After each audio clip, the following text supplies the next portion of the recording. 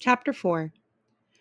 Jonas rode at a leisurely pace, glancing at the bike ports beside the buildings to see if he could spot Asher's. He didn't often do his volunteer hours with his friend because Asher frequently fooled around and made serious work a little difficult. But now, with 12 coming so soon and the volunteer hours ending, it didn't seem to matter. The freedom to choose where to spend those hours had always seemed a wonderful luxury to Jonas. Other hours of the days were so carefully regulated.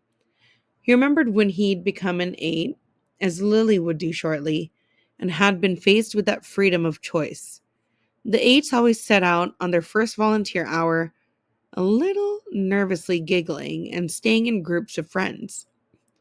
They almost invariably did their hours on recreation duty first, helping with the younger ones in a place where they still felt comfortable. But with guidance, as they developed self confidence and maturity, they moved on to other jobs, gravitating towards those that would suit their own interests and skills. A male 11 named Benjamin had done his entire nearly 4 years in the rehabilitation center, working with citizens who had been injured. It was rumored that he was as skilled now as the rehabilitation directors themselves, and he had even developed some machines and methods to hasten rehabilitation. There was no doubt that Benjamin would receive his assignment to that field and would be probably permitted to bypass most of the training. Jonas was impressed by the things Benjamin had achieved. He knew him, of course, since they had always been group mates, but they had never talked about the boy's accomplishments because such a conversation would have been awkward for Benjamin.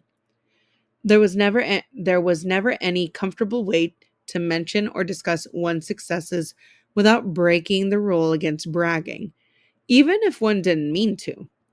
It was a minor rule, rather like rudeness, punishable only by gentle chastisement.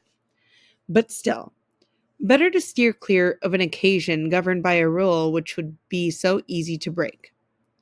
The area of dwellings behind him, Jonas rode past the community structures, hoping to spot Asher's bicycle parked beside one of the small factories or office buildings. He passed the childcare center where Lily stayed after school and the play areas surrounding it.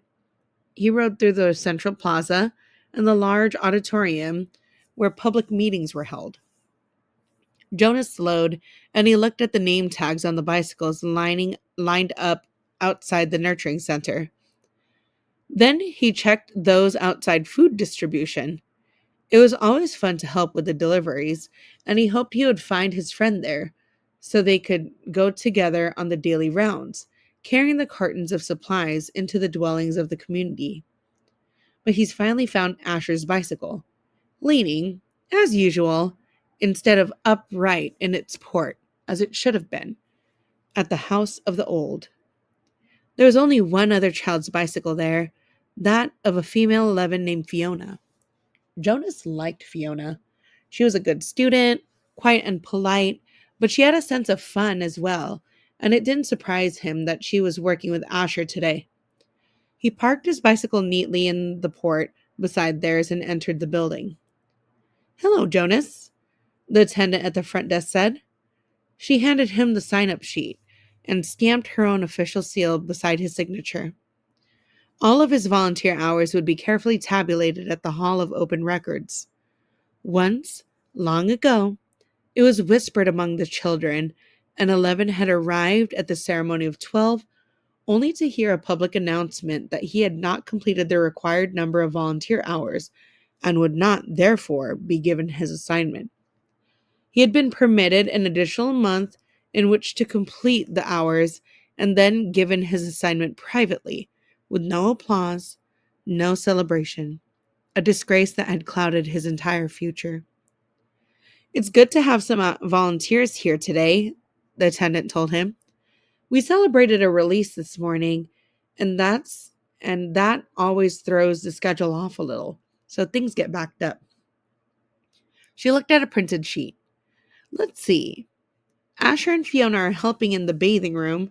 Why don't you join them there? You know where it is, don't you?" Jonas nodded, thanked her, and walked down the long hallway. He glanced into the rooms on either side. The old were sitting quietly, some visiting and talking with one another, others doing handwork and simple crafts. A few were asleep. Each room was comfortably furnished, the floors covered with a thick carpeting. It was a serene and slow paced place, unlike the busy centers of manufacture and distribution, where the daily work of the community occurred. Jonas was glad that he had, over the years, chosen to do his hours in a variety of places so he could experience the differences. He realized, though, that not focusing on one area meant he was left with not the slightest idea, not even a guess, of what his assignment would be. He laughed softly. Thinking about the ceremony again, Jonas? He teased himself. But he suspected that with the date so near, probably all of his friends were too. He passed a caretaker walking slowly with one of the old in the hall. Hello, Jonas, the young uniformed man said, smiling pleasantly. The woman beside him, whose arm he held, was hunched over as she shuffled along in her soft slippers. She looked toward Jonas and smiled, but her dark eyes were clouded and blank. He realized she was blind. He entered the bathing room with its warm, moist air and scent of cleansing lotions. He removed his tunic, hung it carefully on a wall hook, and put it on the volunteer's smock that was folded on a shelf. Hi, Jonas! Asher called from the corner where he was kneeling beside a tub. Jonas saw Fiona nearby at a different tub. She looked up and smiled at him, but she was busy, gently washing a man who lay in the warm water. Jonas greeted them and the caretaking attendants at work nearby. Then he went to the row of padded lounging chairs where others of the old were waiting. He had worked here before. He knew what to do. Your turn, Larissa, he said, reading the name tag on the woman's robe. I'll just start the water and then help you up. He pressed the button on a nearby empty tub and watched as the warm water flowed in through the many small openings on the sides. The tub would be filled in a minute, and the water flow would stop automatically. He helped the woman from the chair, led her to the tub, removed her robe, and steadied her with his hand on her arm as she stepped in and lowered herself.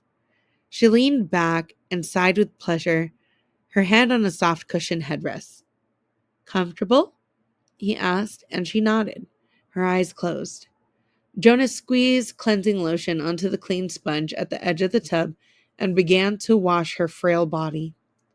Last night, he had watched his father bathe the new child. This was much the same: the fragile skin, the soothing water, the gentle motion of his hand slippery with soap. The relaxed, peaceful smile on the woman's face reminded him of Gabriel being bathed. And the nakedness, too. It was against the rules for children or adults to look at another's nakedness, but the rule did not apply to the new children or the old. Jonas was glad. It was a nuisance to keep oneself covered while changing for games, and the required apology if one had by mistake glimpsed at another's body was always awkward. He couldn't see why it was necessary. He liked the feeling of safety here in this warm and quiet room. He liked the expression of trust on the woman's face as she lay in the water, unprotected, exposed, and free.